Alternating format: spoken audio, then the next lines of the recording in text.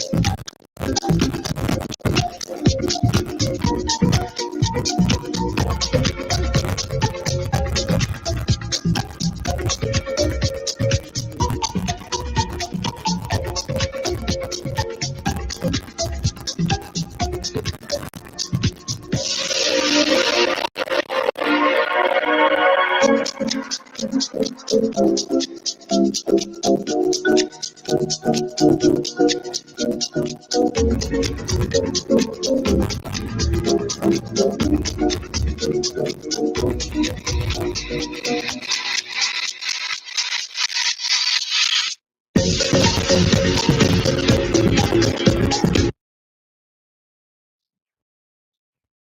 afternoon, our dear participants, presenters, moderators, and distinguished guests. We are now back for today's sessions of this year's International Conference on Education, Environment, and Agriculture 2022. A while ago, our speakers, Dr. Aguilar and Dr. Bush, talked about precision irrigation and circular economy and sustainable agri-waste management for environmental protection. Right now, we will be given the chance to listen to the discussion of someone who has expertise in the field of GIS, remote sensing, urban climate change, and change assessment impact. She is an associate professor and head of sustainable technology for Institute for Biodiversity and Sustainable Development and University Technology, MARA in Malaysia. Ladies and gentlemen, without further ado, we give you Dr. Siti Iqbal Sali on the topic Empowering Citizen-Based Geospatial Technology in Mitigating Climate Change Impacts. Let us all give her a big hand.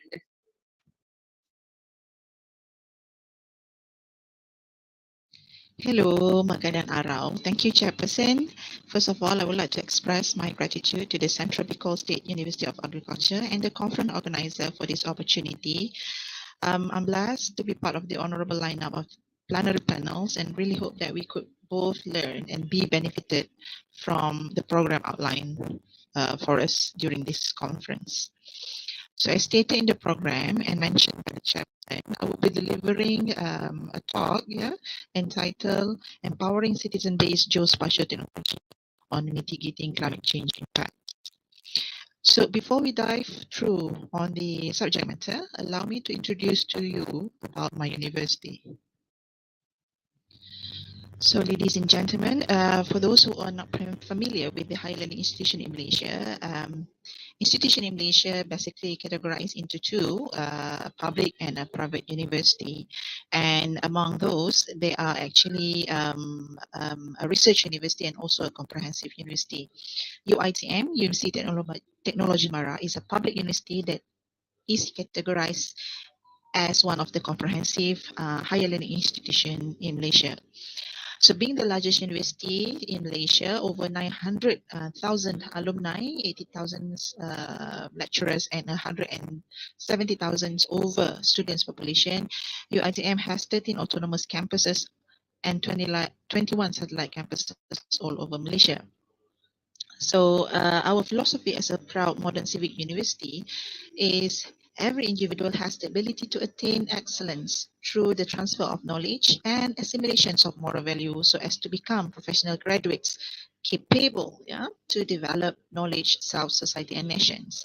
And ladies and gentlemen, for those who are interested in collaborating with us, this opportunity to open door to all of you and reconnect you with our fellow faculties. All right, moving on, fellow friends, let us dive to our serious business now. So I will be delivering this session into 7 items.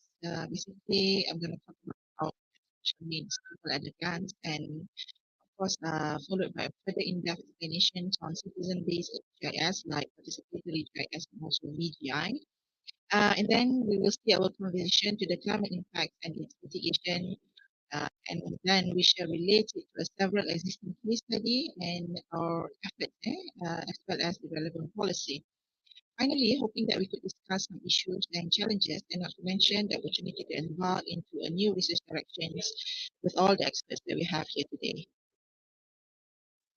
Now, ladies and gentlemen, today cities around the globe are growing into an unprecedented rate. fluctuations here and there, and human expansion is affecting at every corner of the planet. So in order for us to develop a future-proof project, it is increasingly evident that any planning needs to be done more efficiently than ever before. Employing intelligent, highly accurate mapping solutions, making informed decisions, and knowing what are the risks that is imposed on every proposed development that we are going to take up. So this is where geospatial technology comes in. So for those who only listened about this, allow me to introduce to you what is geospatial technologies. So as you can see in the slide, geospatial technology is actually an umbrella term used to describe the range of modern mapping tools coming from digitalizations, remote sensing, satellite imagery, and so on, in which it contributes to the geographic mapping and analysis of the Earth and human societies. So the keywords here involve human societies, whatever conditions, data, whatever extractions that were made under these geospatial technologies was meant for the betterment of human society. The primary focus of geospatial technology is the accuracy of the geospatial data that is provided. If you may have garbage out, because in this technology, whatever is that we receive, whatever that is the technology or the system or the software receive, input by the human, input by the users, will be processed regardless how good is, how bad is the accuracy, and regardless the reliability of the data input. Hence, it is very crucial for the users or the experts or the decision makers to ensure that the data that is being pumped, into the softwares are very reliable data. So you will get when you make the decisions or when you basically come up with analysis, the analysis and the decision is a reliable one. So on the other hand, it is also a collective terms of modern tools that map and analyze the Earth and most things on it. Geospatial technology is making huge advances. These technology help us to understand spaces, to monitor changes, and looking into the patterns in terms of landscapes, even society. So when we talk about geospatials, the most common spell technology used or consists of includes positioning system, remote sensing system, GIS or geographical information system. So however, with the rapid development of modern technology, geospatial technology have shifted their trends towards miniaturizations of sensors. You see now sensors not only those coming from the area of photography, it can also coming from your phone, your mobile phone. So whatever that is sensed, depending on the sensor mounted or the sensor installed in your device. Okay, for example, phones. Most of the phones will have microphones. When you have a microphone, you can actually try to do spatial distributions of noise based on the sensor that is not on your phone. Of course, there are lots of other calibrations need to be done, but these are one of the miniaturizations improvement that I'm talking about. And then we have geospatial AI, artificial intelligence. We have this self-driving automations, unmanned smart applications. We have heard about smart cities, smart vehicles, and smart here and there. So all in all, it's actually a smart application. UAV, unmanned aerial vehicles, We have the geospatial AR apps and also revisiting to the citizen base of geospatials. Now, so that brings us to today's deliberations. In the advance of citizen science opens up new possibilities in geospatial tools and its applications. Because we know when it comes to studies, when it comes to research, data is the most crucial parts. So geospatial is all about data. When you opens up the possibility of having the citizens, the society to be parts of your data acquisition campaign, imagine the scales of the data that you are going to be getting from them. Okay. I've mentioned about the geospatial in my previous slide. Let's just focus on the crowdsourcing. This is part of where this technology meets people, where it's actually involve citizens and to be parts of the project, whether in the front end or whether in the back end. So we heard about crowdsourcing. I mean, of course, it has started ages ago. Yeah? What it's actually doing is actually draws on a large pool of people in terms of gathering the inputs, such as the positions of events, like an accident, like road debris, or perhaps events such as locating the best restaurants or plotting some POI or plotting some new routes, new accessible or a new building and so on. So these, it can be used in citizen science research project where citizens, usually the member of the public, provide inputs and valuable contributions despite not being fully trained or formally trained as an expert in that particular study. So what we are getting from them is definitely something that is raw, something that is raw that we can actually treat them as a primary data sources. So the most obvious benefit of crowdsourcing is basically the ability to collect and to analyze data on much greater scale. I've mentioned that previously. Imagine that you have a group of researchers or a group of people that are within your projects, and you have such a big sites for you to um, look into, or you are actually looking into the nationwide impacts or nationwide scales or regional scales. So this is where we could leverage the use of people around the world to be part of the people who provide you information. A large crowd creates efficiency gains in terms of speed, thorough output, and also cost. So having people to voluntarily give you information without asking them to provide you is something that is very efficient in terms of speed and also cost. As an added benefit, citizen science project based on crowdsourcing approaches promote dialogue between researcher and citizens. Not only that we could leverage on the large scale of data gathering, but we also gaining some essential knowledge, especially on the local where the data is being provided. So those are crowdsourcing. So on the other hand, we also have what we call as public participatory GIS. It sounds pretty familiar and pretty similar, but it has a whole different angle. So public participatory GIS is the practice of gathering information through traditional methods, such as interview, questionnaires, focus group discussions, in-depth interview. And based on that event, we will be able to record the positions or put the data or translate the data into map. So it's not like the basically the crowdsourcing just now. Crowdsourcing, you simply give them the citizens simply give you knowledge about whatever things that is happening around them with the location base.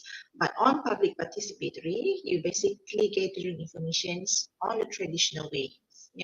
But as an expert, you will be able to translate those informations from a non-GIS, the traditional information, into what we call as a maps or record that is spatial based. Yeah.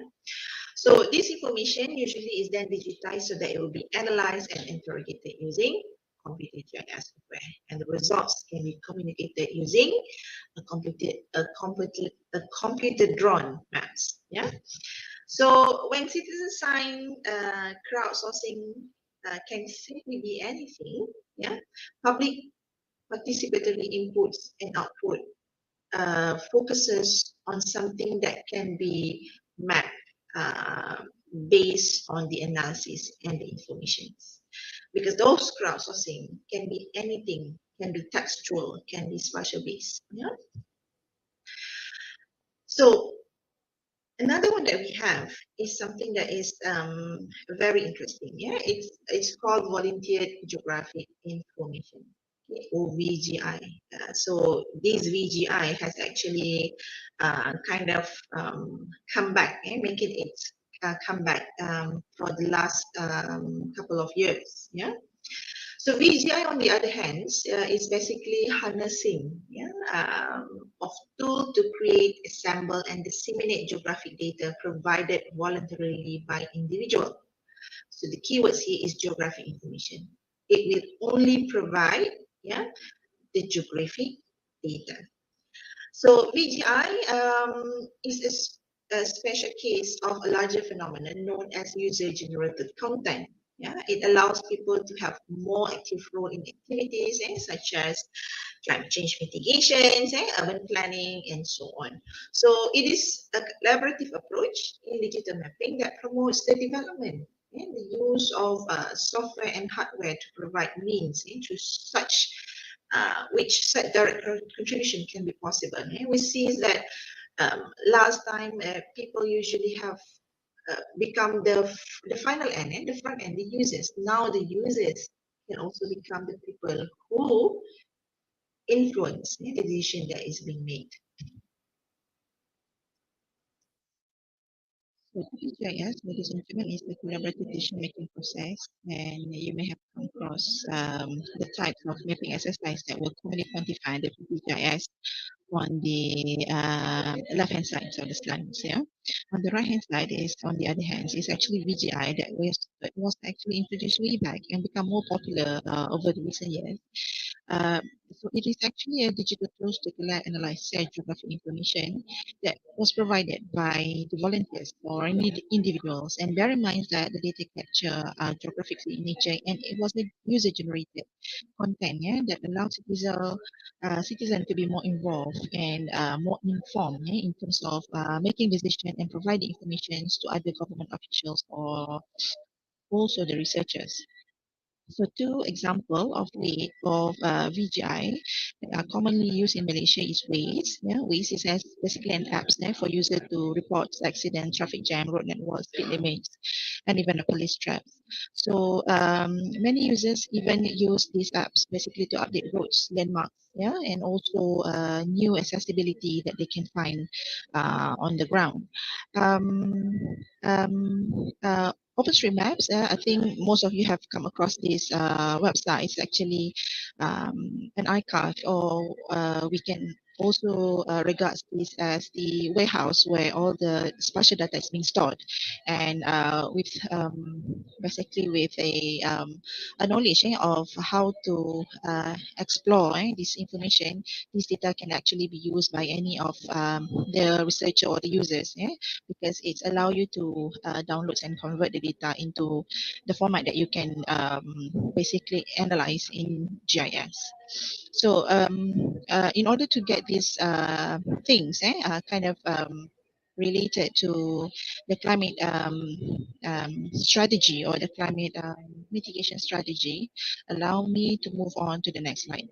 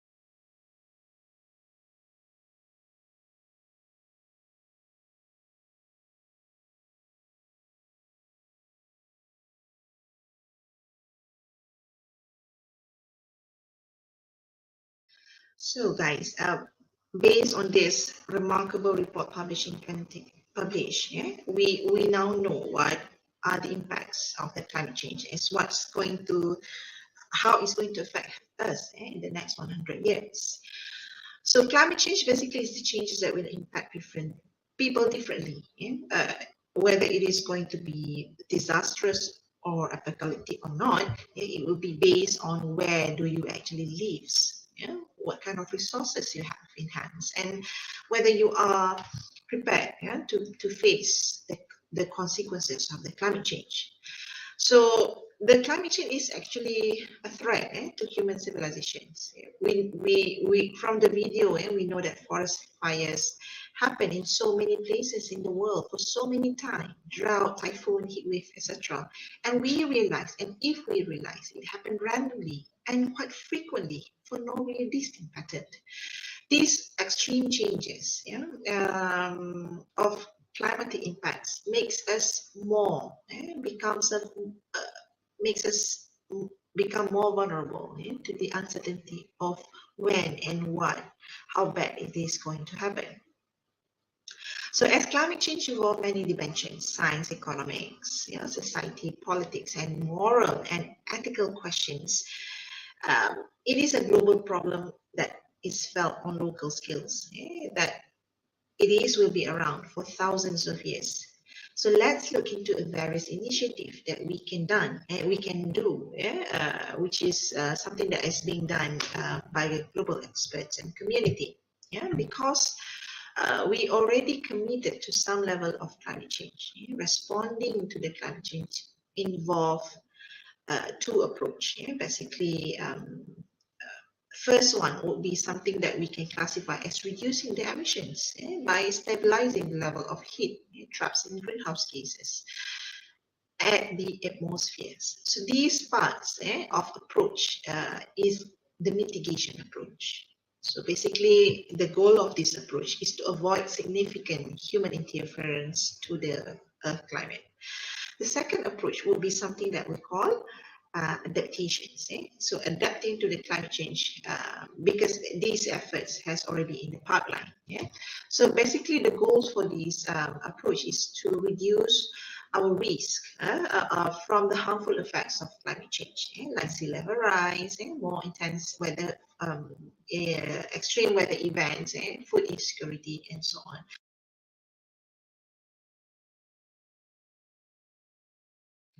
So there are also numerous critical components, basically, that governments and policymakers must emphasize when formulating policies in connecting to um, the context in which the climate climate mitigations and efforts towards mitigating the climate change impact to be in place. One of these is actually highly connected to urban forests in the context of in terms of its policy and legislative frameworks. So I'm going to look into how the various governments in the world take charge into reducing the carbon emissions, putting more greens on the earth surface, and also um, getting people or citizens to be part of their efforts. So the roles and duties of the stakeholders in managing and administering urban forest planning, including the government agencies and policymakers, are the first crucial element that must be focused on. Yeah. So there are, according to SWOT 2009, three tiers of duties and responsibility should be considered in designing an applicable policy. Number one is to look into forestry and park professionals. Number two, associated professionals. And three, involve the general publics, developers, and elected officials. So there are some indicators that are successful of a successful urban forest strategy and planning. Yeah.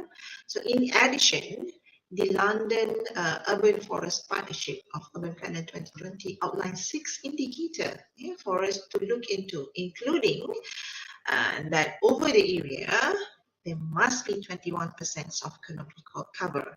700,000 trees planted in London streets, proportion to trees planted by borough, which is their administrative unit. 25% of woods must be in a good conditions. Number of boroughs with local urban forest plants, and number 6, the area of ancient woodland. So all these indicators are critical for tracking actual progress towards completing the urban forest plans action. Okay. Then they have what we call as the green participatory budget. Yeah. So Lisbon City Council, first ever green participatory budget, basically an initiative to support, initiative supported and managed by the South Pole and the EIT Climate KICCT Finance Lab, that has been allocated about 5 million euros budget to support climate change mitigations and adaptation projects selected by the local citizens.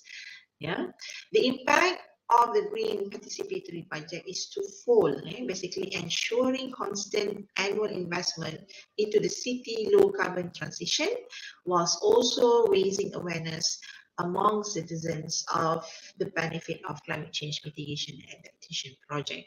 So the public investment also aims to become the catalyst to become the catalyst to unlock the private sector capitals. Then we have another one called as Mapping Green Dublin, in which that they introduce a new approach of greening strategy making that is grounded in the community collaborations and broader ideas of the social and environmental justice. So it demonstrates how greening strategy can be built from bottom up, drawing on and responding the grassroots concerns and also the aspirations. So Mapping Green Dublin aims to empower local community to action greening projects in their own neighborhoods, inform more socially just urban greening policy and practice, and demonstrate how community-based strategy making can make a significant contribution to addressing climate change and livability and well-being project. So it is a very important element in looking how the citizen empowering, and how we could leverage on the numbers of citizens in mitigating the climate change. Moving on, ladies and gentlemen, One of the integrated approach that benefited from understanding the citizen science and geospatial tech is the integration of citizen-based urban forests with BGI.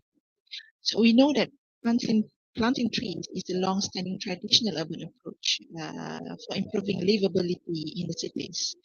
Way back in the earliest urban societies, urban planners have applied trees, for casting shade, mitigating temperature and shade, moderating rainfall and winds, and providing food and water for animals.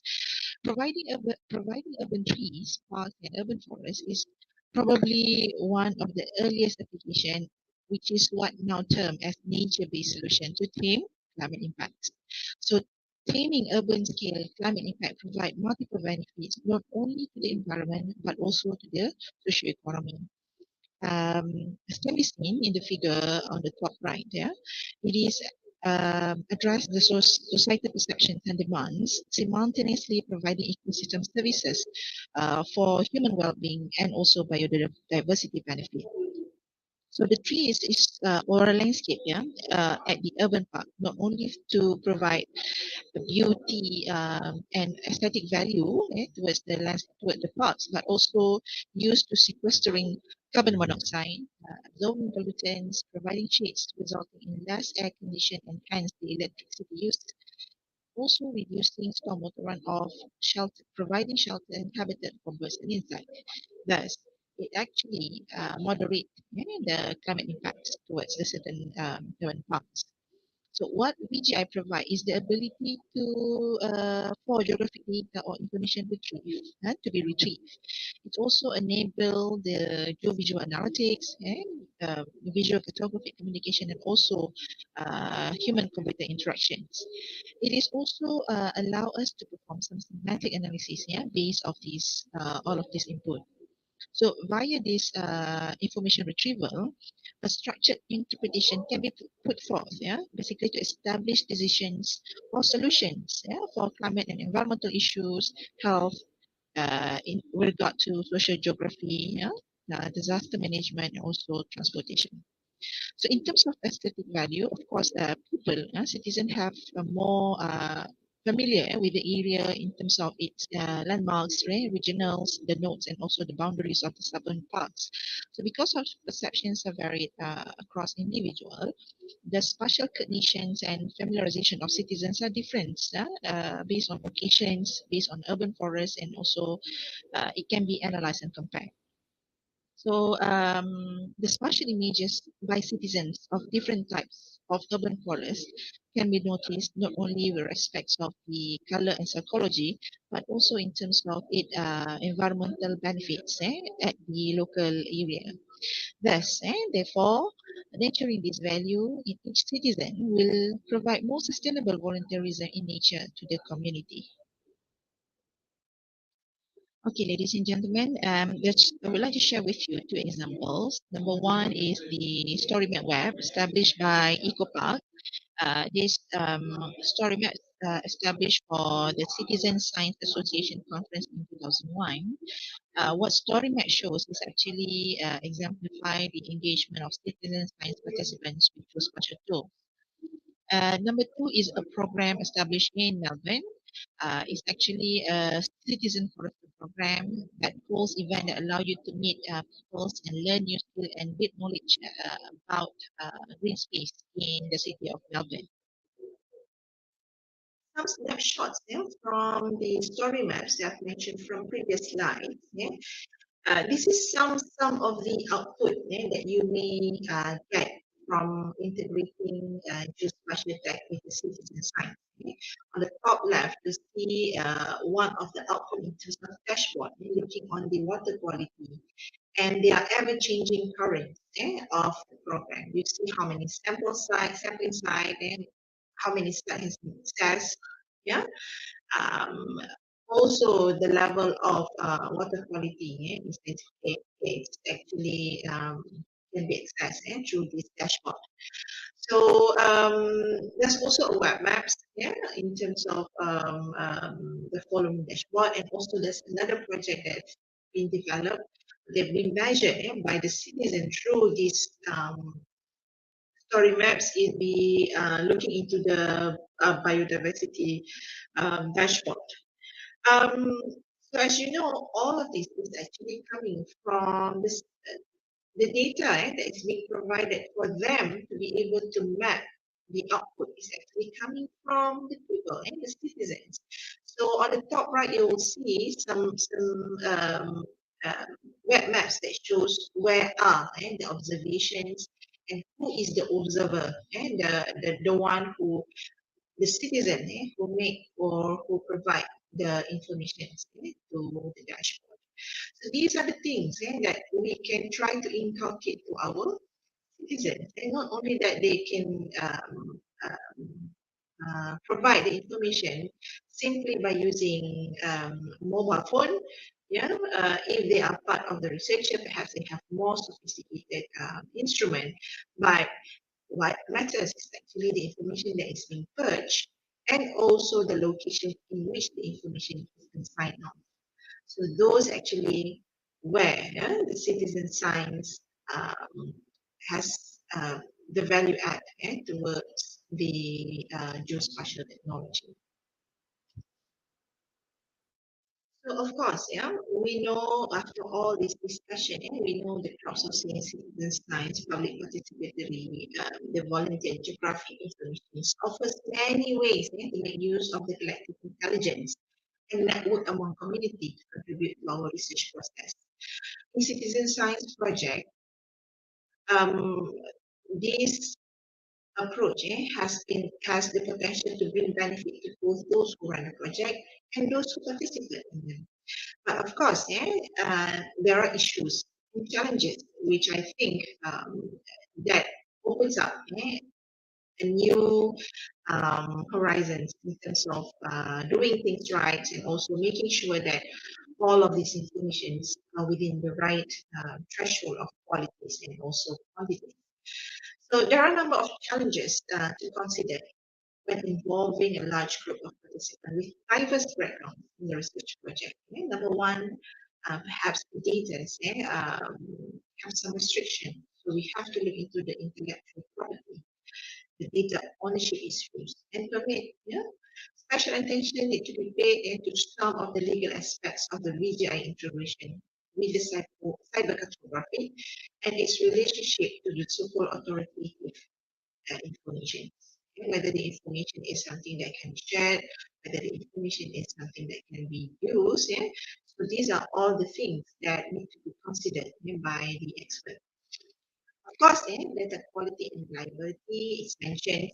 It's involved people from diverse background, even people from those who have not have the formal training in that particular field. And these are the data that we receive from all citizens from all ages and all backgrounds. So definitely there will be some noise within the data that is being provided. So look into the data quality and reliability. In fact, this is actually one of the biggest threat and also one of the biggest, I mean, if you can turn the table around, this is actually the aspect in which the researcher need to look into. Democratization of data. Of course, there are pros and cons to it, and also evaluating citizen science project is actually strongly recommended. If you have actually come up with a solution based on citizens, of course, there's a lot of there's many ways for you to make an assessment, reliability assessments of the output.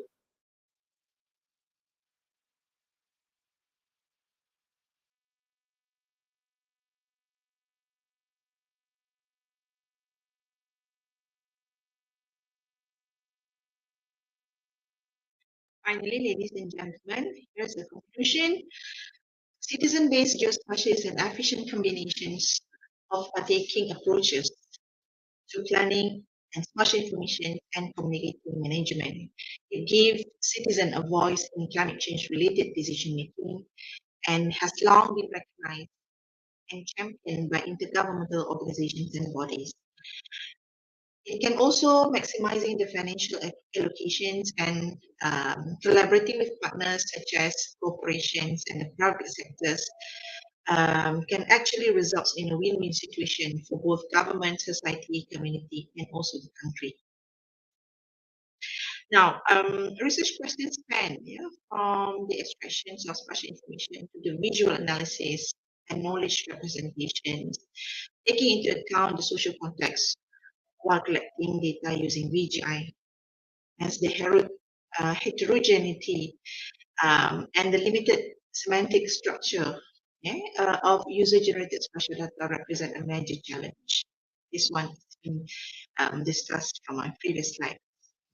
So the third conclusion that we can do and we can make is actually geospatial applications such as data collector, dashboard, web maps, story maps can be used to model and share geographic information with others on an interactive platform, and these applications can be used to tell stories and answer to many questions.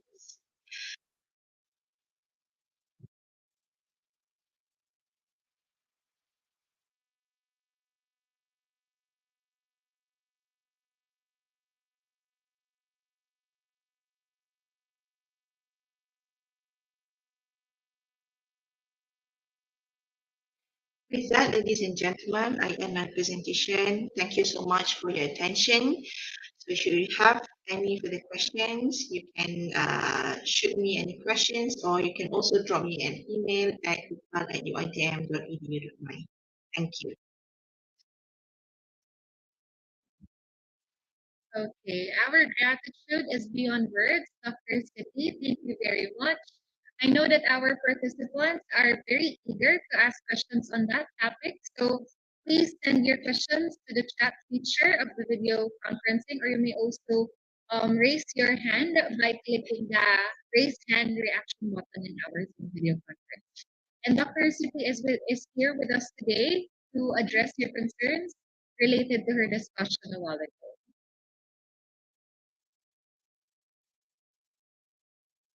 Thank you.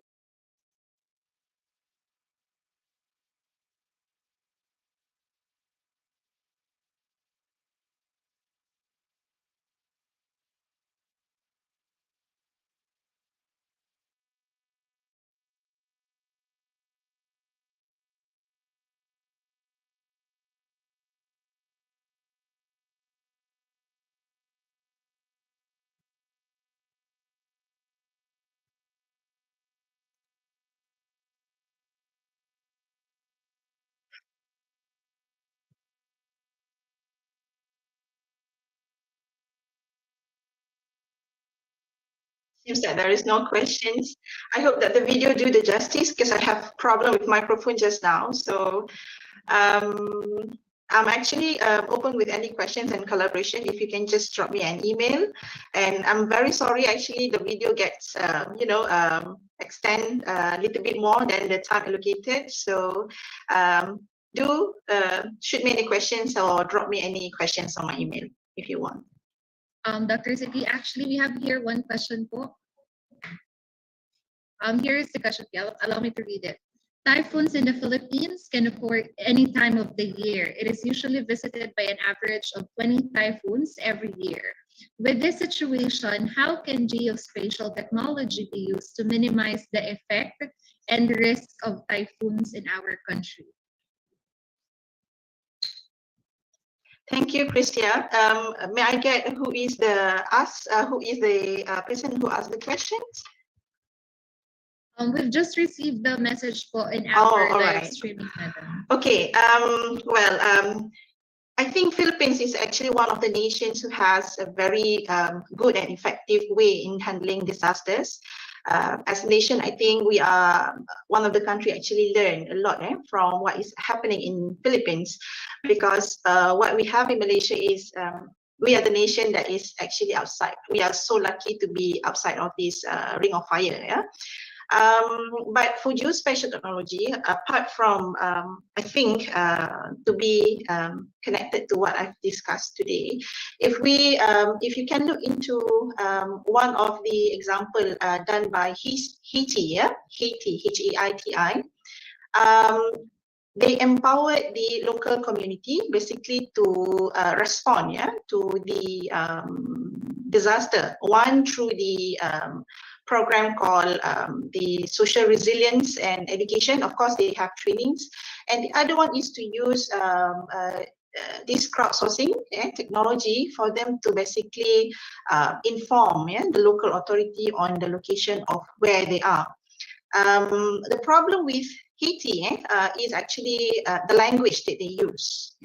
So and also the infrastructure that they have.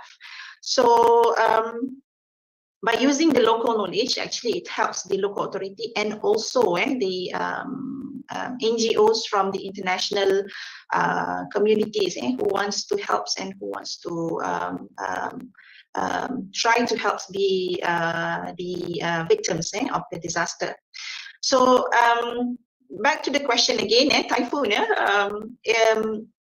Anything that with regards to rainfall is very dynamic. Modeling disaster like typhoon or any rainfall-based disaster is something that is quite difficult and yet interesting. So for geospatial technology, we need more than just technology itself. We need people who have the ability to translate the behavior of the local climates, as well as those who have the expertise in numerical simulation. Because something like typhoon, the advancement and the heat, the intensity of the typhoon can be varies and can be very dynamic from minutes to one hours to another few hours. So I hope that's actually answer the questions.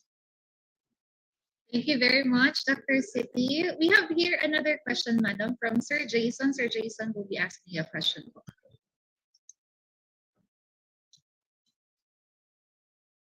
Hello, good afternoon. Can I be heard? Afternoon. Hello, Dr. Jason. Dr. Siti, it was a lovely presentation. We had a little bit of conversation in the chat box. By the way, I recently participated the regional conference in the youth, which was held in the Philippines, where I had a plenary talk regarding ecosystem degradation. I just want to ask, because we are talking about climate change mitigations through spatial technology.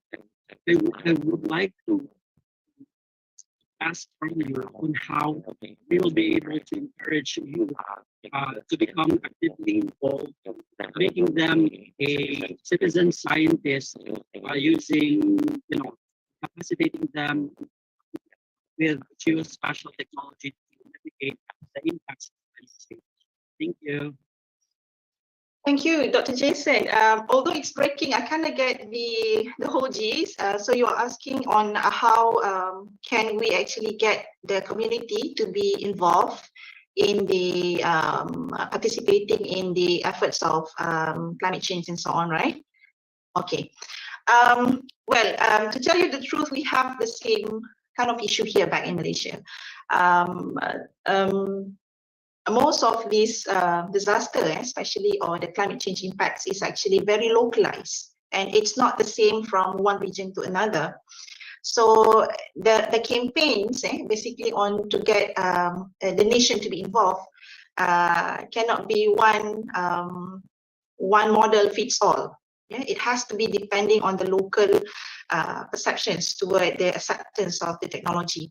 So one of the approaches is actually, of course, by using local heads.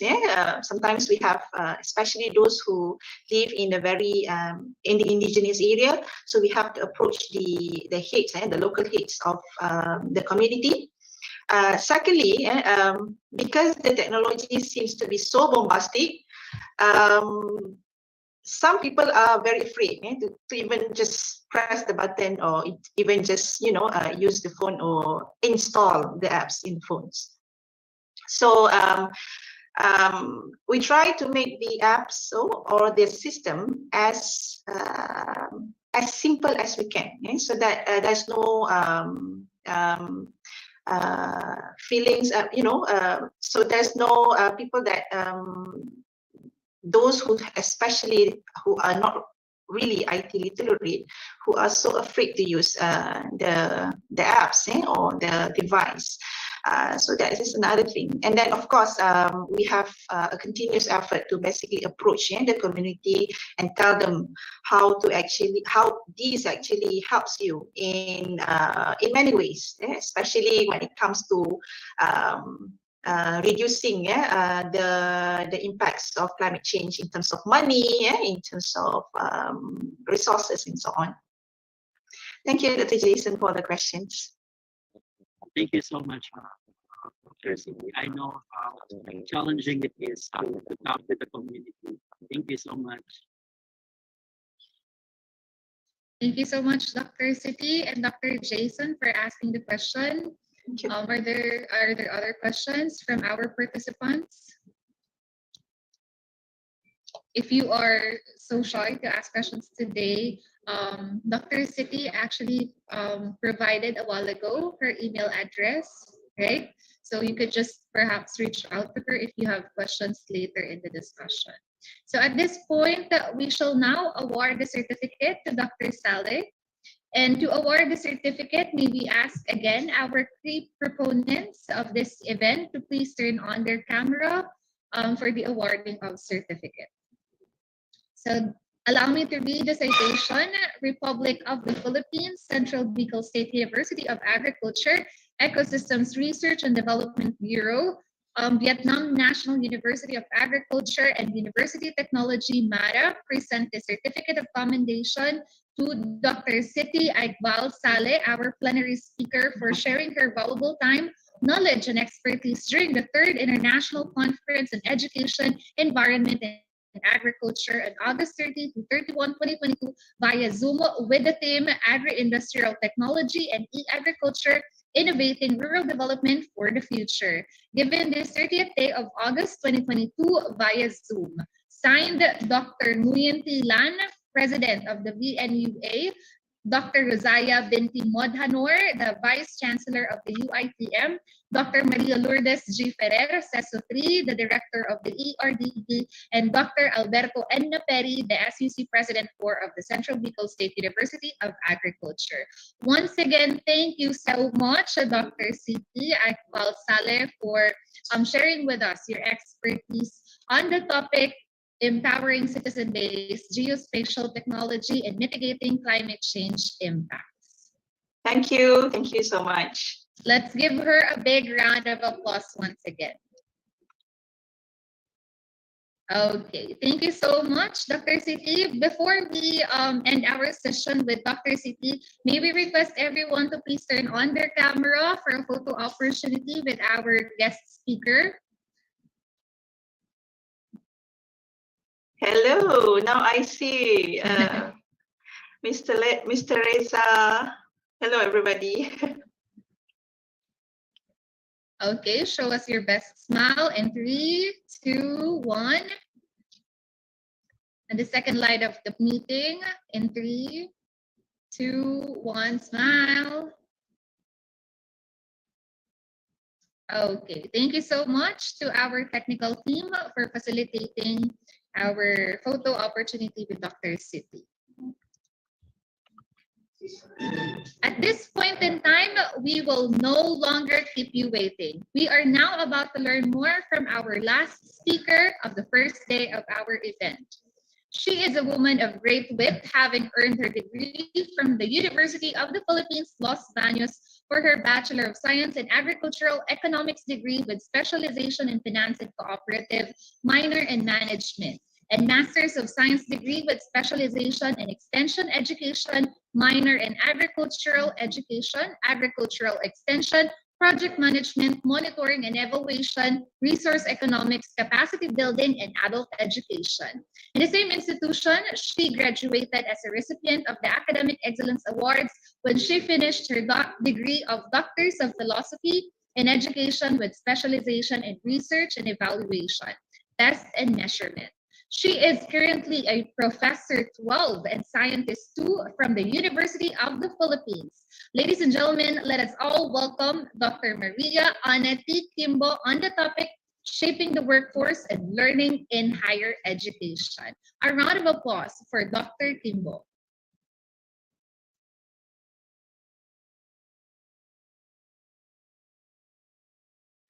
Good day, everyone. First of all, I would like to thank the conference organizers for inviting me as a plenary speaker in this conference under the education thematic area. My presentation is a work in progress and is part of a book chapter that I'm currently working on. I would like to start by this quotation from shallowtalent.com, which says that the world of work is changing rapidly, radically, remarkably. We are living in a world of rapid acceleration and seismic change. Old practices are being replaced by new priorities. The current generation is faced with unprecedented changes and disruptions that have affected how people learn, live, and work. The concept of the fourth industrial revolution asserts that technological change and the fusion of evolving technologies are the driving force that propels this transformation. More than ever, the important role of higher education institutions is recognized in shaping and preparing the workforce to adapt to the changing nature of the workplace. Prior to the COVID-19 pandemic, we may have thought that the world of work and the future of education are largely shaped by the advent of the fourth industrial revolution. The disruptions brought by COVID-19, which induced lockdowns and global recessions, have created a highly uncertain outlook for the labor market and accelerated the arrival of the future of work. As most of us would say, we are living in a VUCA world, a world of volatility, uncertainty, complexity, and ambiguity brought about by these disruptions. VUCA presents a set of challenges that individuals, groups, and organizations have to face. Bob Johansen of the Institute for the Future adopted VUCA in his book, Leaders Make the Future, where he argued that we need new skills, approaches, and behaviors to manage the VUCA threats. With the needed new skills, approaches, and behaviors to manage the VUCA threats, we ask ourselves, what roles do we play and where are we now at higher education? Where are we heading? Within the last few years, several global studies were conducted to provide answers to these questions. For instance, McKinsey & Company, a global management consulting firm, conducted a survey through its McKinsey Global Institute of 18,000 people across 15 countries. Their research was conducted within the framework that digital and AI technologies are transforming the world of work, and today's workforce will need new skills to continually adapt, and the COVID-19 crisis has accelerated this transformation. Their study looked into jobs that will be lost and those that will be created. They identified 56 foundational skills, which I will present in the succeeding slides. They inferred in their study a decline in the need for manual and physical and cognitive skills. They also inferred growth in demand for technological, social and emotional, and higher cognitive skills. They hypothesized that to future-proof citizens' ability to work, they will require new skills.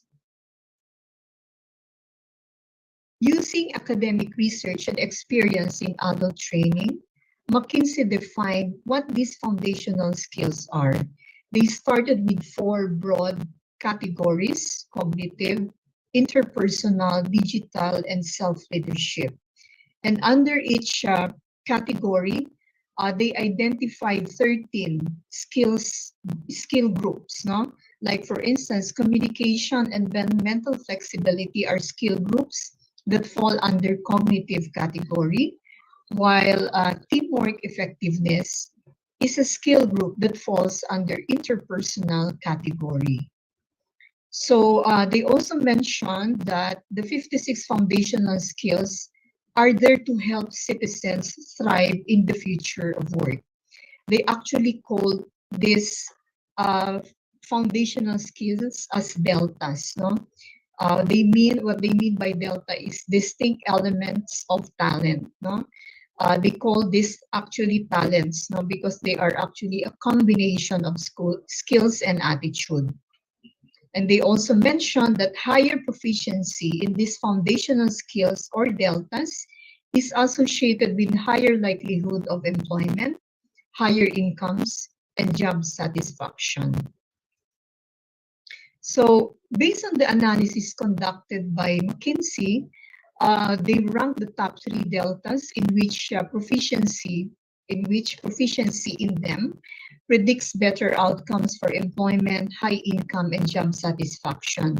And they were able to find that proficiency in two self-leadership deltas, such as self-confidence and coping with uncertainty, ranked among the top three most predictive deltas for two of the three outcomes. So specifically, we can see here that self-confidence, for instance, the one mentioned here, is top of the list. Now, proficiency in self-confidence is associated with high income, and it is also associated with job satisfaction.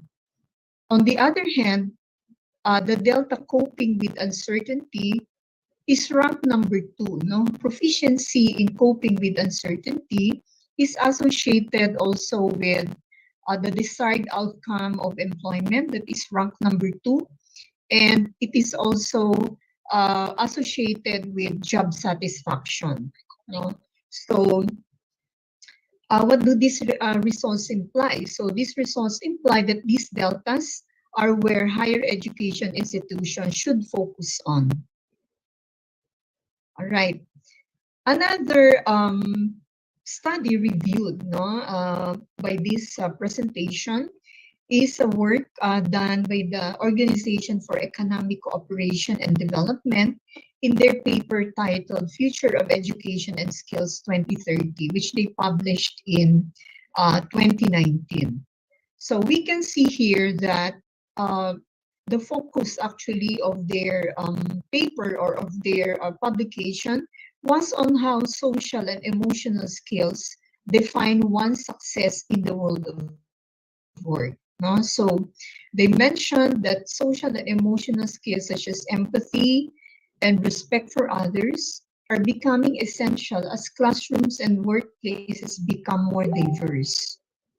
They also found that jobs that require social and emotional skills are unlikely to be replaced by technology. And AI is unlikely to replace workers whose jobs require creativity. They mentioned, therefore, that to remain competitive, workers need to acquire new skills continually, requiring flexibility, positive attitude towards lifelong learning, and curiosity. One of the salient findings also that they had was that school achievement also depends on some social and emotional skills such as perseverance, efficacy, responsibility, curiosity, and emotional stability. By the way, they define skills here as the ability and capacity to carry out processes and to be able to use one's knowledge in a responsible way, a way to achieve their goal. Okay. Another report reviewed was published by the World Economic Forum in 2020. It was titled The Future of Jobs Report. They mentioned that the ongoing disruptions to labor market from the fourth industrial revolution has been accelerated by the pandemic-related recession of 2020. By the way, this publication came out sometime in the last quarter of 2020. So COVID-19 is already there when they published their work. So they mentioned here that the pace of technology adoption is expected to remain unabated and may even accelerate in some areas. So what are these areas? adoption of cloud computing, big data, and e-commerce, which remain high priorities for business leaders. Automation, of course, in tandem with COVID-19 recession, they said is creating a double disruption scenario for workers. Their study results indicate that this disruption will transform tasks, jobs, and skills by 2025. So that will be 3 years from now. Based on their survey, 43% of the businesses would reduce the workforce due to technology integration. On the other hand, 34% of the businesses said they would expand their workforce due to technology integration. Another finding of the World Economic Forum study was that the future of work has already arrived for a large majority of the online white-collar workforce. They estimated that 84% of employers are set to digitalize working processes, including the potential to move 44% of their workforce to operate remotely. This one is a paper published also by the World Economic Forum, no? Which the Future of Jobs report, no? As a continuation of the previous slide. No? So here, they estimated a large majority of employers would recognize the value of human capital involvement. No? Their study showed that an average of 66% of employers that they surveyed expect to get a return on investment in upskilling and reskilling of their personnel within 1 year. Okay, and there has been, of course, I'm sure a lot of us here in this forum could relate to this. No, online learning and training is on the rise. So again, as I have mentioned, this was published in the last quarter of 2020. So during this time, they estimated that there was a fourfold increase in individuals seeking out online learning and a fivefold increase in employer provision of online learning and ninefold enrollment increase for learners accessing online learning. So I'm sure a lot of us here in this conference will relate to this. No? And they also, a salient finding also of this publication by the World Economic Forum is the rise in the prominence of critical thinking skills and self-management skills, such as active learning, stress tolerance, and flexibility. So this is actually a mix of technical and non-technical skills, if we will notice. No? Okay. An earlier study which I did in 2015, this was titled Capacity Development Needs Assessment in Southeast Asia toward an Informed Human Development Program in Inclusive and Sustainable Agricultural and Rural Development. This was published, this work was published as a discussion paper series of the Southeast Asian Regional Center for Graduate Study and Research in Agriculture, or CIRCA. No? And my research participants here were key personnel engaged in agricultural and rural development programs and activities in Southeast Asia, and heads and decision makers of universities and agricultural ministries and agencies in the region who are members of the CIRCA Institutional Consortium. Again, one of the salient findings of the paper is the increased desired demand for soft skills. So here, I started mentioning already these soft skills, the non-technical skills. No, some of the research participants even considered these soft skills as most relevant and most urgent competences to succeed in work. So my study was also able to identify new competencies that were both technical and non-technical. So it was interesting to note, as I have mentioned, the desired demand for soft skills, or I refer to this as individuals' intrapersonal and interpersonal relationships to succeed at work. No? And these were perceived both by the key personnel and by the institution heads, no?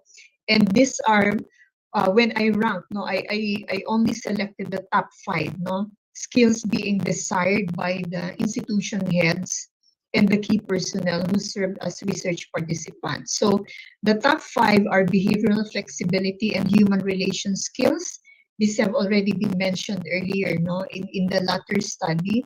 Human relation skills such as empathy and respect for others, planning skills, which fall under technical skills, ability to work in a team, and ability to think outside the box, so analytical and critical thinking skills, and of course, one's ability to manage their own stress, no, stress management skills. All right. 2 years after, a study was conducted by Deakin Co. in 2017 titled Soft Skills for Business Success, Building Australia's Future Workforce. No? Their focus also here was on soft skills. Now, the focus of the study by Deakin, this is an Australian group, is on soft skills. So they define soft skills as human skills. Now, they relate to the way employees work and interact with others, no? Which is quite similar to how my study in 2015 defined soft skills. So what are the key messages from this paper? So they mentioned that businesses having a workforce with a broad mix of soft skills have higher rates of innovation and productivity. Soft skill intensive occupations will grow at 2.5 times the jobs in other fields and account for 2/3 of all jobs by 2030. Okay? And about 25% of employers have difficulty filling entry-level vacancies because their applicants lack the desired soft skills. No? And of course, as noted by the World Economic Forum paper, soft skills are especially relevant in the 21st century. Technology enhancement enable many routine technical skills to be automated. Yet businesses increasingly rely on critical thinking, emotional judgment, and problem-solving skills in their staff. Not only to, understand what the technology is all about, but to analyze why it is saying that way and what ought to be done, no? As a result of the, the outputs, no, provided by the technology.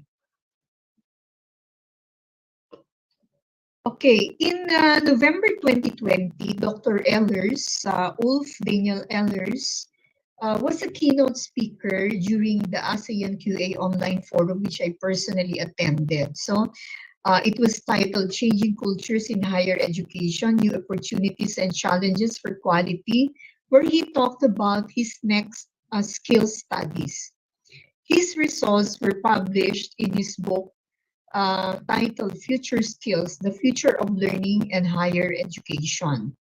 So among the highlights of his talk included shifts in higher education. So actually he provided quite a long list, but I only selected these 3. Now, so he mentioned that one of the shifts in higher education is the increasing diversity in students, no? Who come with multiple purposes and from multitude of situations with a variety of backgrounds. There was also a shift of focus from knowledge to skills, which parallels the shift from content to process, no? Making us more critical thinkers. That is the learning how to learn or meta learning. And teachers becoming facilitators or the learning environment becoming more student centered, where the teachers help the learners become reflective practitioners. His presentation, Dr. Eller's presentation, also focused on 17 skill profiles from 3 competence fields, namely subject development related skills, object related skills, and organization related skills. Okay, so here is a presentation of the subject development related skills. So it shows the importance, the perceived importance as shown by the dark blue bar, So by the way, the methodology that they used was Delphi technique, wherein they included experts, no, to determine their perceived level of importance of the different future skills identified, no. And they also asked the experts on as to the competence of the higher education institutions to promote this particular future skill. So here we can see that all individual related competencies were rated as important by the expert respondents. Now, as I have said, through a Delphi technique, showing here self-determination, decision competence, learning literacy, and reflective competence being rated as the most important with the mean of 4.5 in a scale of 1 to 5. No?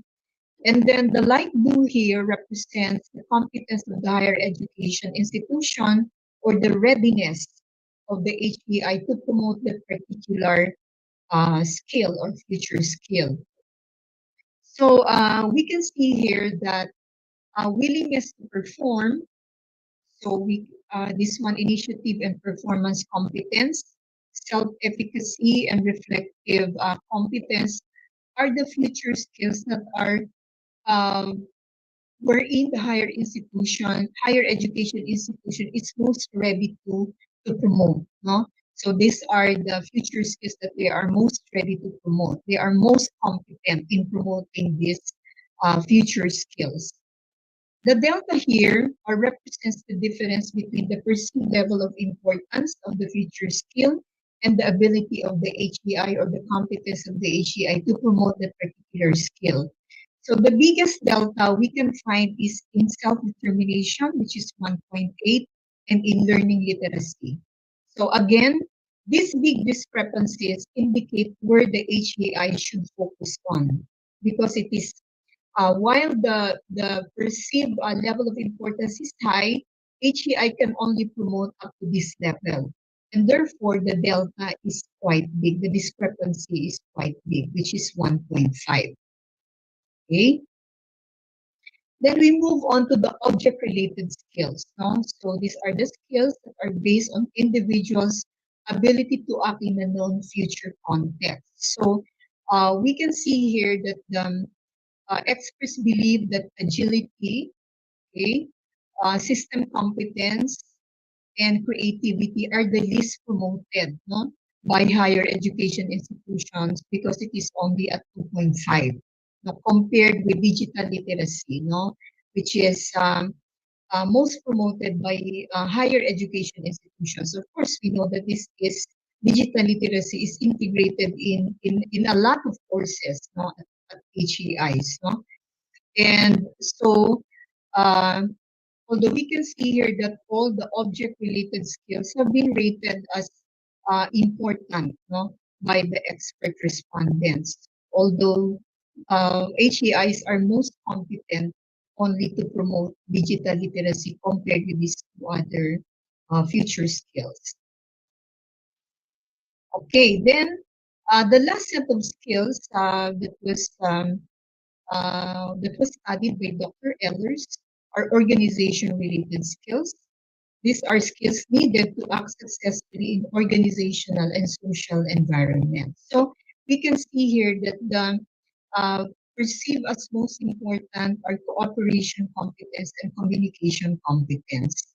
And they are also most likely to be promoted by the HEIs. No?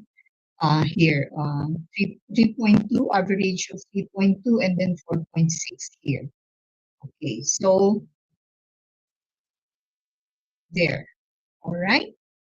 And then I now give you a summary, of and key messages from this presentation. So we have seen, of course, based on the reviewed studies, selected studies that I have presented here, there is a rapid transformation in the world of work requiring a new set of skills, talents, and behaviors. So we have seen that from the various global studies presented. While current education systems seek to develop cognitive skills, non-cognitive skills are increasingly becoming important. So what are those that were mentioned? They refer to individuals' capacity to collaborate, innovate, self-direct, and problem solve. Social and emotional skills are becoming essential as classrooms and workplaces also become more diverse. So these social and emotional skills include others, of course, as I have mentioned in my earlier study, human relations skills such as empathy and respect for others. And school achievement also depends on the number of social and emotional skills such as perseverance, efficacy, responsibility, curiosity, and emotional stability. And of course, we also saw that there is an increased desire for soft skills to succeed in the workplace. Companies also need to invest in lifelong learning, reskilling, and upskilling of their employees. So, um, two of the papers that I have reviewed showed high return of investment if this is done within 1 year. And self-confidence delta is associated with high income and job satisfaction outcomes. Coping with uncertainty is associated with higher likelihood of employment and job satisfaction outcomes. Pace of technology is expected to remain, no, and even increase, no, in utilization. Online learning and training will remain. Okay, so we have seen that, and also our personal experiences will tell us about this. Among the shifts in higher education include increased student diversity, shift of focus from knowledge to skills, and teachers becoming facilitators, which makes the learning environment more student-centered. Autonomy, decision competence, learning literacy, and the ability to reflect are among the most important subject development related future skills. Systems competence, innovation competence, and digital literacy are the most important object related skills. Cooperation competence and communication competence are among the most important organization related future skills. We also saw a mismatch that exists between the skills perceived as important and their promotion or the competence of the higher education institutions to promote them. An internal study by Google disclosed that its most successful teams consisted of individuals who brought strong soft skills to the collaboration process. Thus, the importance of soft skills should be in the DNA of organizations. So, what are some of the ways forward for HAIs in the workplace? So again, as I have said, this is a work in progress, part of a book chapter that I'm currently working on. One of the ways forward is to pursue multi-stakeholder collaboration between education providers and employers. So to address the challenges facing the labor market, governments must pursue a holistic approach, creating active linkages and coordination between education providers, workers, and employers. There's a need to work closely with education systems to support the development of both general and specialized employability skills. We also need to support lifelong learning, reskilling, and upskilling of current employees. Also, it will be good to come up also with a staff development program and also postgraduate studies of your personnel, be it at the higher education institution or in any workplace, no, for that matter, no. And of course, a needs assessment study will be very helpful, no, in crafting your staff development program. There's a need to design retraining initiatives for displaced and at-risk workers. No? So we need to retrain those who were displaced as a result of pandemic-induced recessions. We have a lot of this in our organizations, I'm sure. We need to optimize the use of technology in work efficiency and learning. As we have said, technology adoption remains unabated and popularity of online learning stays. No? Therefore, optimizing the use of technology to ensure work efficiency and effective learning is important. There has to be a balance between technical and soft skills. No?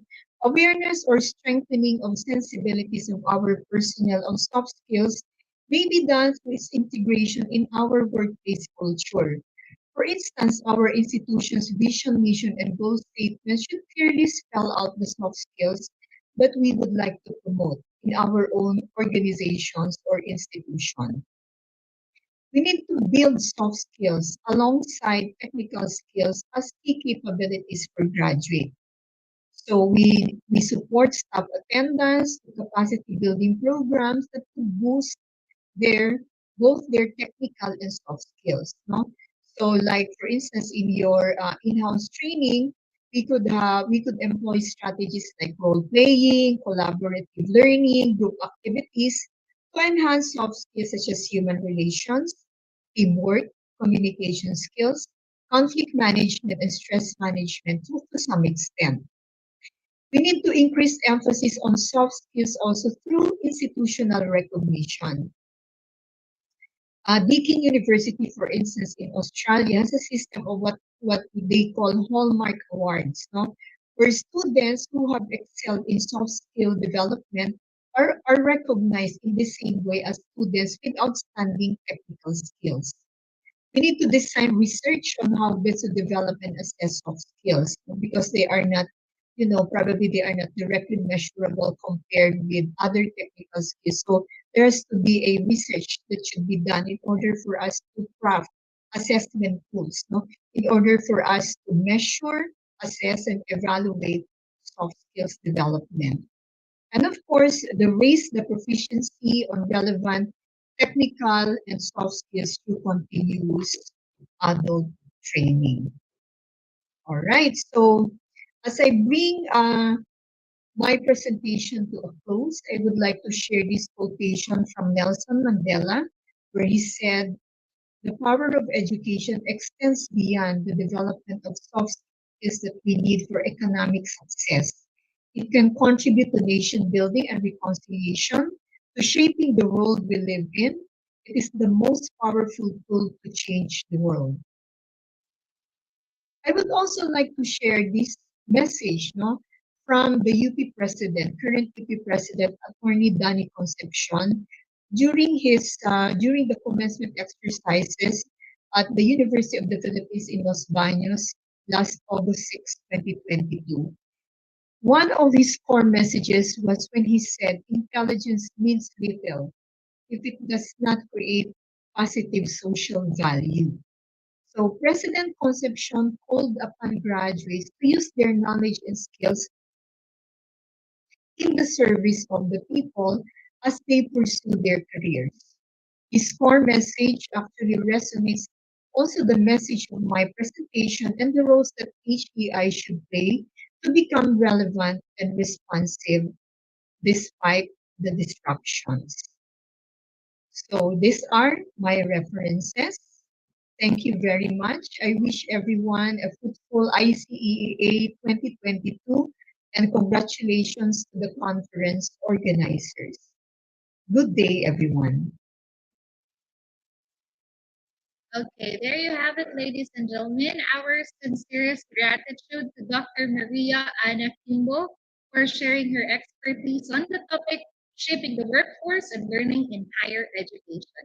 Thank you also, Madam, for giving more attention to the skills each and every one of us would need in the workforce or the things that we need to possess in the workforce. Thank you so much, everyone.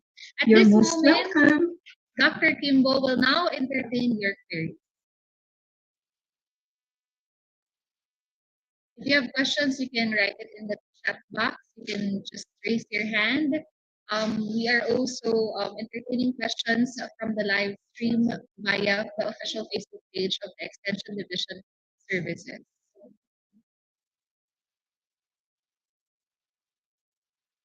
We have here someone, Mr. Marvin, will be asking a question.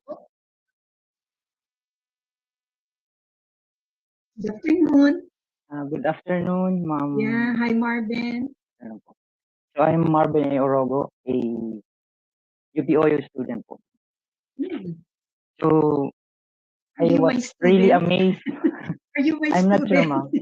I'm a Okay. PhD Edu student, major in math po. Yeah, yeah. So I was amazed by the presentation a while ago. So my concern here is there any implication to student recruitment and admission to SUCs in the Philippines as far as technical and soft skills is concerned? Yeah, maganda yung tanong mo, no? You have a very good question, Marvin. But before I answer your question, let me express again my congratulations to CBSUA and the other partners in organizing this conference. This is actually my third time, no, to attend ICEA, and consistently you have been delivering very organized forum, no? And I also would like to share my appreciation also dun sa message earlier by delivered, I think, by the ERDB director, Maria Lourdes Ferrer, who's the her name? I'm sorry, who emphasized the need for an interdisciplinary approach, not to study the problems of the environment. No? So I believe that the role of educators like us play very important part on that. No? She even added that we need to determine appropriate pedagogical approaches in tandem with technical expertise to craft solutions to environment-related concerns and issues. Okay, so maganda yung question mo, Marvin. No? But of course, I can only speak for UP, siguro na UP admission. In the past, of course, we know that we have been having the UP College admission test, which we call UCAT. And of course, we know that ang UCAT naman, or probably in any admission test, no, we cannot really exactly yet assess the soft skills of our students that we are admitting, no? Kasi these are basically, I served as an examiner of UCAT. I remember the components of UCAT are reading comprehension, science, math ability, and I think logical reasoning. So parang walang masyado on soft skills, no? And I believe that our role, as I have said, as educators, when our students come into our program, I think that's the time that we need to design strategies, not to hone the soft skills of our students. No? But in terms of admission, uh, I don't know, probably, at UPOU, when we were admitted, Marvin, I'm the program chair of the PhD in education at Yes, UPOU. ma'am. We have an interview. No, a part of the admission really is an interview component. No, and in the interview, that's the time that we would assess the critical thinking of the applicant, these other things that we cannot really measure in a written test, no? So, but undergraduate students, kasi when the pandemic struck, I think from 2021 and this year, whenever we admit students sa UP, we only review the documents submitted. So we have put on hold as well the UP College admission test. Of course, we know the reason why. No? We cannot gather together thousands, hundreds of thousands of UPCAT examiners in the testing centers to administer the UPCAT. So what we do is just to review the documents that we will submit. And again, wala, no? Parang there's no way to really, use strategies to really assess the soft skills, of the applicant. So yeah, I believe it is better developed when they enter already into the program. Parang maganda yung sinabi mo. I think that's probably if you can suggest that would be a way by which can be a component of the admission procedure. But while saying this, iniisip ko sa UP kasi usually we have 90,000 applicants on the average. We cannot really conduct interviews of all these individuals, of all these applicants. So yeah, maybe in scholarship programs, I don't know. The registrar would know better than me, I think, on this aspect, and the guidance counselors, no? Yeah, but thank you for your question, Marvin. Thank you po.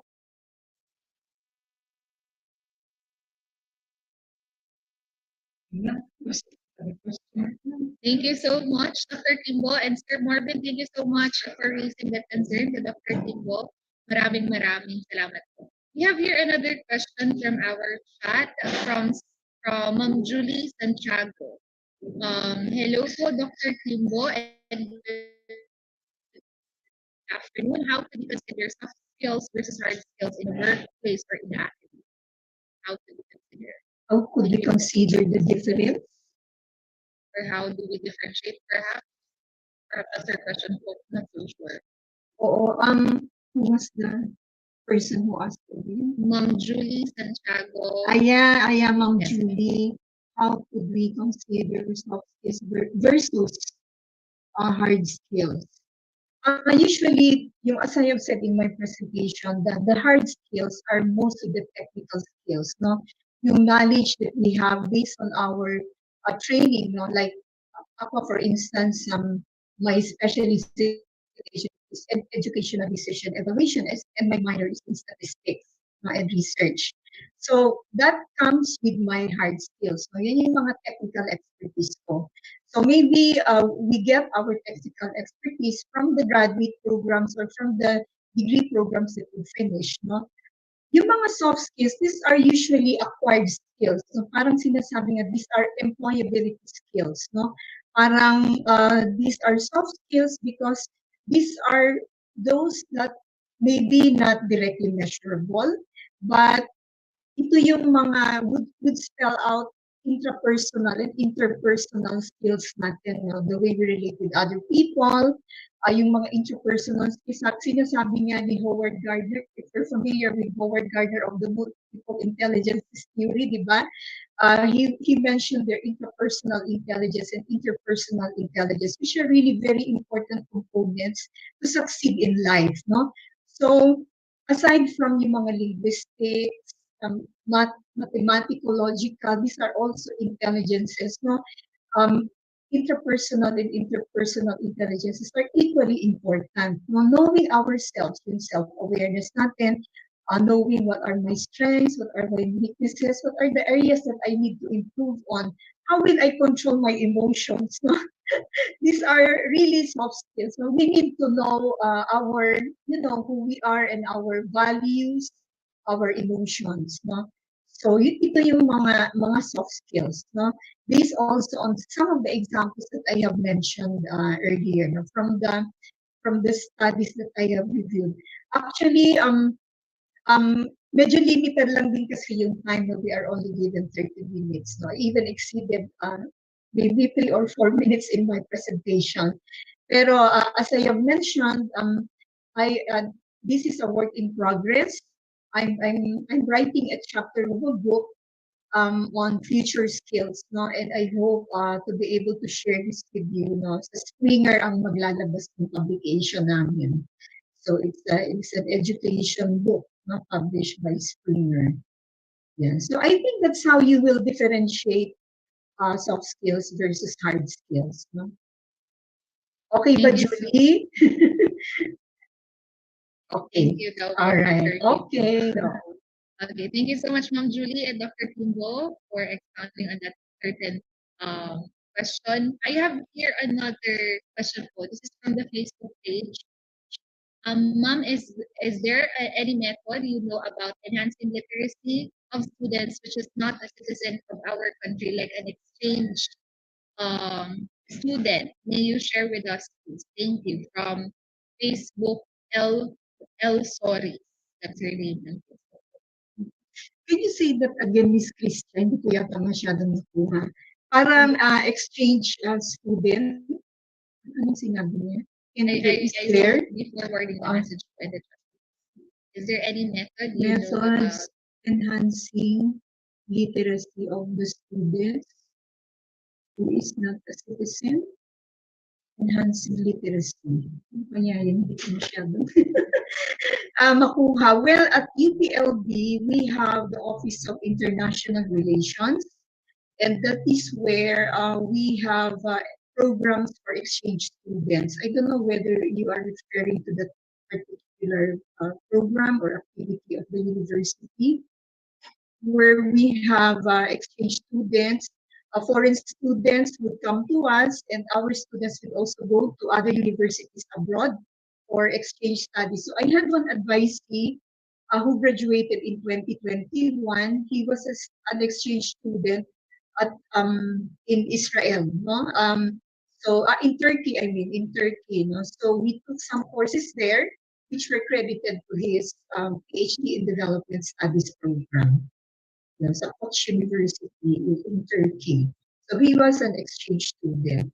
So of course, the courses that he took from Koç University should not duplicate the courses that he is taking at PPLB.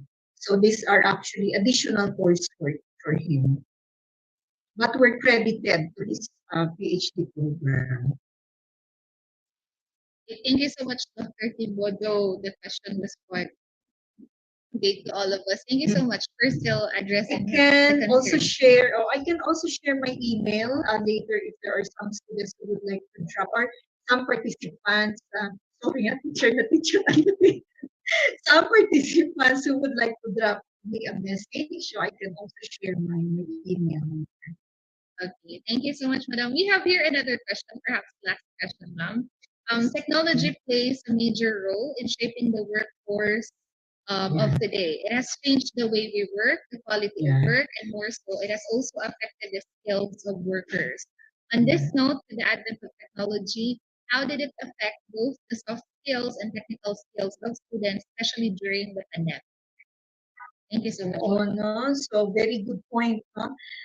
Based on my personal experience yung aking 2015 study and also yung mga materials that I have reviewed, we have seen that the technology can never really replace emotional judgment.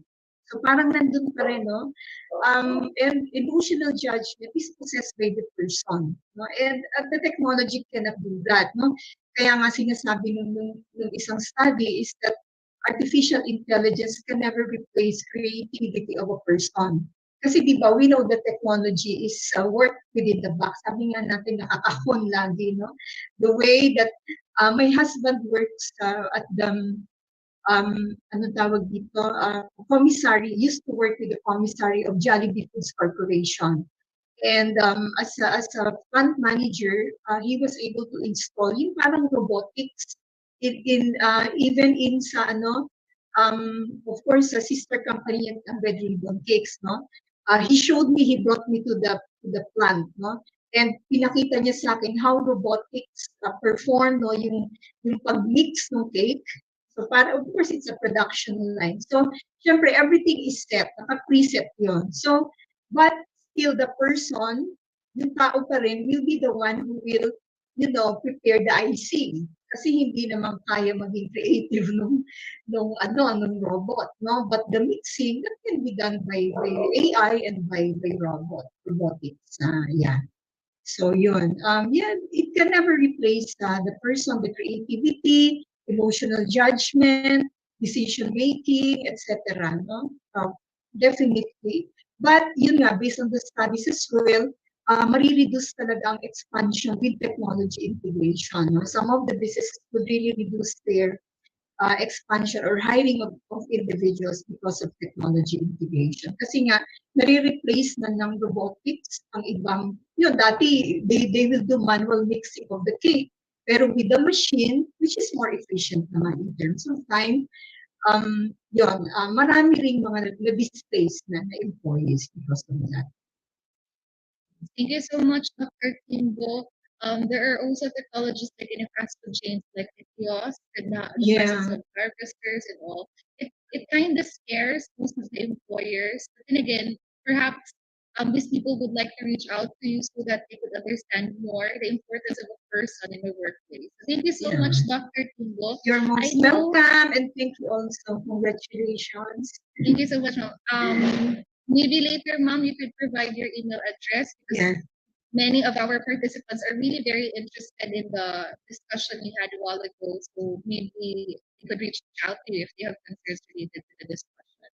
Thank you so much, ma'am. My presentation naman will be shared with them, no? Yes. Okay. Thank you so much, ma'am. I typed my email address in the chat box in case there are other questions. Okay, ma'am. Thank you for making it available to everyone. So at this point in time, we shall now award a certificate to our guest speaker, Madam Maria Ana Kimbo. May we request once again our proponents, our key proponents of this event to turn on their camera for the awarding of certificates. Allow me to read the citation. Republic of the Philippines, Central Bicol State University of Agriculture, Ecosystems Research and Development Bureau, Vietnam National University of Agriculture, and University Technology MARA present the Certificate of Commendation to Dr. Maria Ana T. Kimbo, our plenary speaker, for sharing her valuable time, knowledge, and expertise during the 3rd International Conference on Education, Environment, and Agriculture on August 30 to 31, 2022 via Zoom with the theme Agri-Industrial Technology and E-Agriculture, Innovating Rural Development for the Future.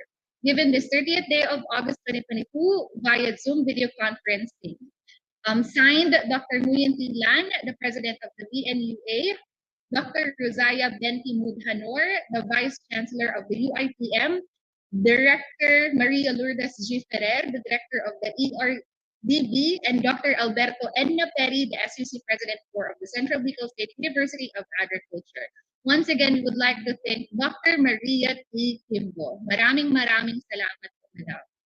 Thank you also, and congratulations. Thank you so much. Ay, Doc Aris, hello. Hello, ma'am. Magandang hapon. Okay, and we have now finished the first day of this year's International Conference on Education, Environment, and Agriculture 2022. Now, before we end this event, we would like to take this opportunity to have a photo opportunity with Dr. Kimbo.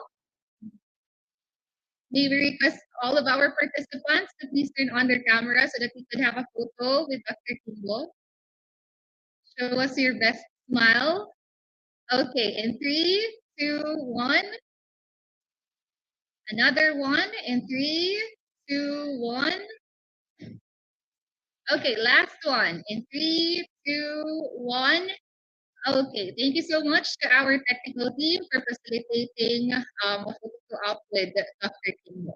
Once again, maraming salamat po, madam. Now, before we end this event, we would like to remind everyone of some announcements or some reminders for tomorrow, because tomorrow perhaps would be the most awaited part of this event to all our participants. So first one, we'd like to remind you that breakout session will begin at 8:30 in the morning tomorrow. So participants must join the meeting at 8 in the morning or earlier. We also remind you to follow the format in renaming your names in the meeting, which is session number, if whatever session number will be assigned to you or breakout session room will be assigned to you, yung gagamitin natin, _ surname.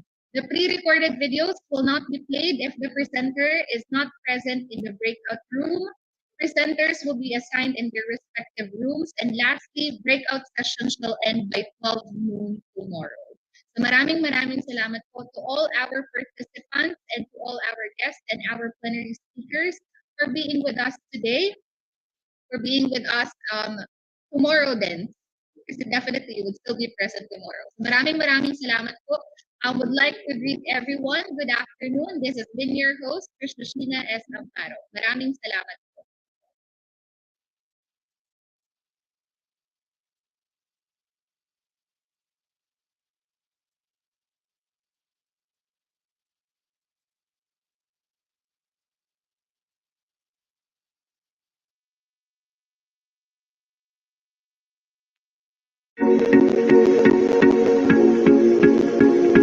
May na pala siya nasa